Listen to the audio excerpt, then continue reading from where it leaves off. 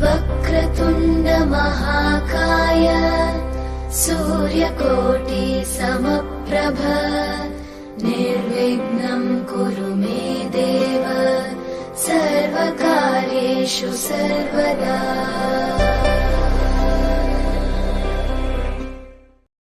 प्यारे बंधुओं, आप सभी को मैं नमस्कार करता हूँ, सभी को प्रणाम करता हूँ। आज मैं आपको रामचरितमानस के बालकांड के विषय के बारे में ज्ञान कराऊंगा। कृपया आप उसे सुनें। ओम अज्ञानतिमिरान्धस्य ज्ञानाञ्जनं शलाकया चक्षुरुन्मीलितं येन तस्मै श्री गुरुवे नमः। तस्मै श्री गुरुवे नमः। वर्णानामर्थसंज्ञानां रसानां छन्दसामपि मंगलानां च कर्तारो वन्दे वाणी विनायको। वन्दे वाणी विनायको। भवानी शंकरो वन्दे श्रद्धा विश्वासरूपिणो याभ्या विना न पश्यन्ति सिद्धास्वान्तस्थमीश्वरम्। सिद्धास्वान्तस्थमीश्वरम्। बोलिए सद्गुरुदेव भगवान की जय। सरस्वती मैया की जय। शंकर भगवान की जय। जय जय श्री राधे। जय जय श्री राधे श्याम। एक ऐसा अभिप्राय है कि महात्मा जी ने 7 कांड क्यों लिखे। 7 मंत्र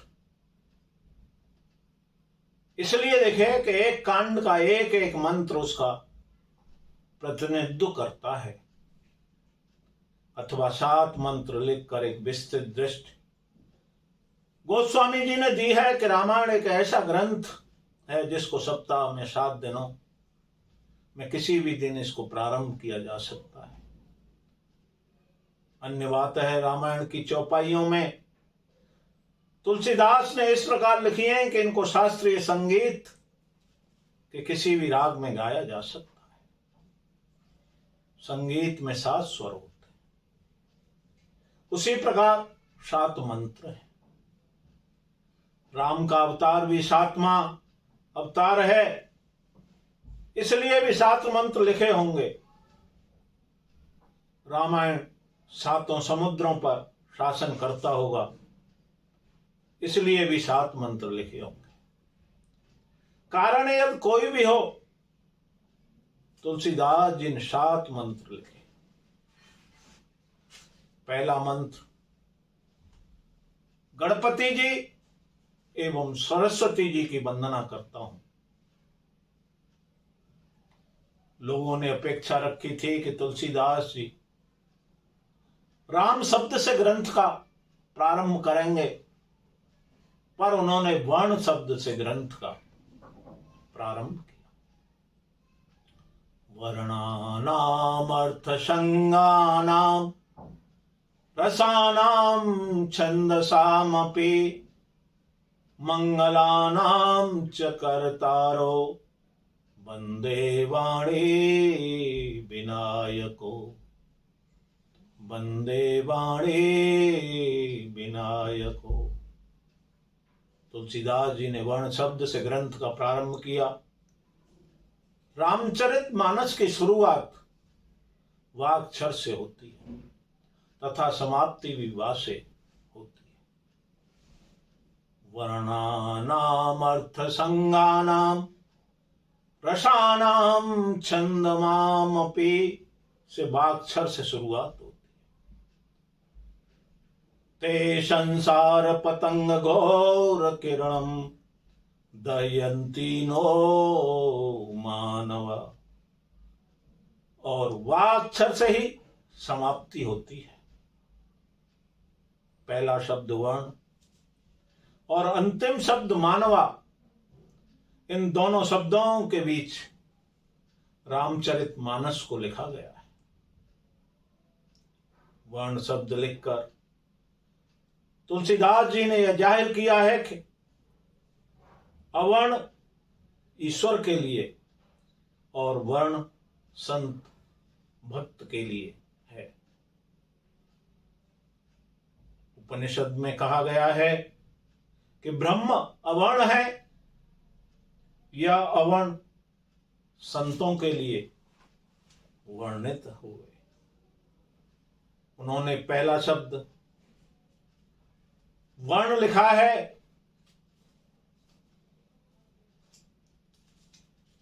उन्होंने पहला शब्द वर्ण लिखा है और वर्ण भी मानव है, इसलिए रामचरितमानस का अंतिम शब्द मानव है।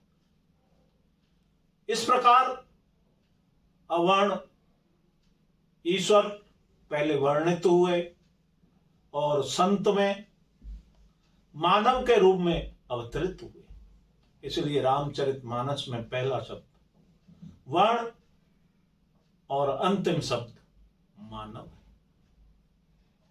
एक और ऐसा अभिप्राय है कि भविष्य में रामचरितमानस के ग्रंथ पर ब्राह्मण लोग यह कहेंगे कि इस ग्रंथ पर हमारा अधिकार है, क्षत्रिय कहेंगे कि रघुवंश के थे इसलिए रामायण पर हमारा अधिकार है, बड़े कहेंगे कि कथा का आयोजन हम करवाते हैं, खर्च हम करते हैं इसलिए हमारा अधिकार है, और शूद्र कहेंगे कि श्री राम जी हमारी झोंपड़ियों में रहे हैं इसलिए हमारा अधिकार है।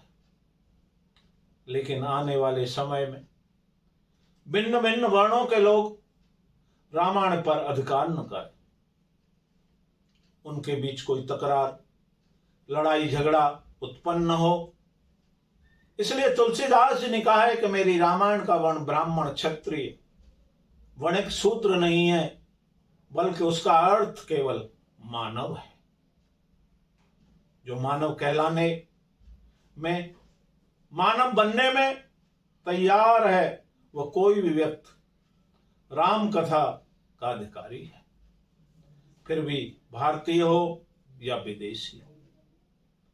गोस्वामी जी को रामचरितमानस के द्वारा एक सच्चा मानव तैयार करना है जो रावण का नाश कर सके।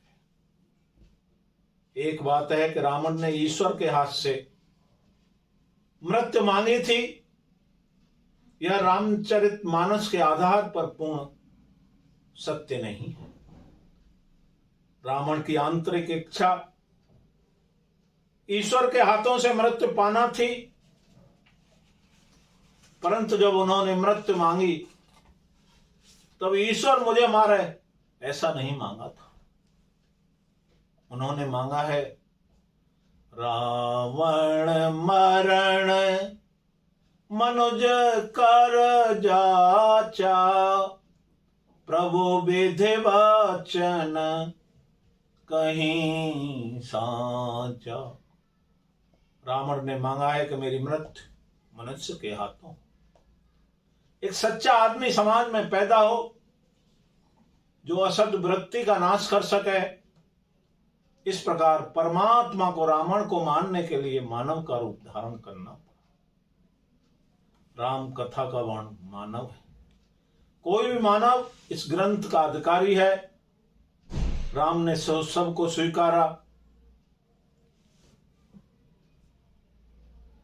वैसे इस ग्रंथ ने सबको स्वीकारा है। राम को अयोध्या का शासन मिल रहा था, पर राम को हुआ कि मैं अयोध्या वासियों को ही स्वीकारूं तो राम राज्य स्थापित नहीं, केवल रघुवंश का राज्य। इसलिए अवश्य जाना चाहिए, जिनको अभी तक किसी ने नहीं स्वीकारा ऐसे भीलों को स्वीकारना चाहिए। उन्होंने अवध के बाहर भीलों को स्वीकारा, बाद में राम जी को विचार हुआ कि अकेले भीलों को स्वीकारने से राम राज्य नहीं होगा, इसलिए और आगे जाना चाहिए। राम ने गिद्ध को गोद में लेकर पंखी समाज को स्वीकारा।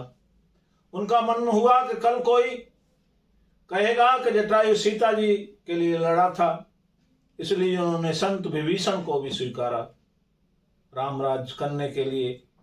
राम ने जैसे प्रत्येक को स्वीकारा, वैसे ही तुलसीदास जी ने रामचरितमानस लिखकर समस्त मानव जगत को स्वीकार कर लिया। बोलिए रामचरितमानस की जय। जय जय श्री राधे, जय जय श्री राधे श्याम।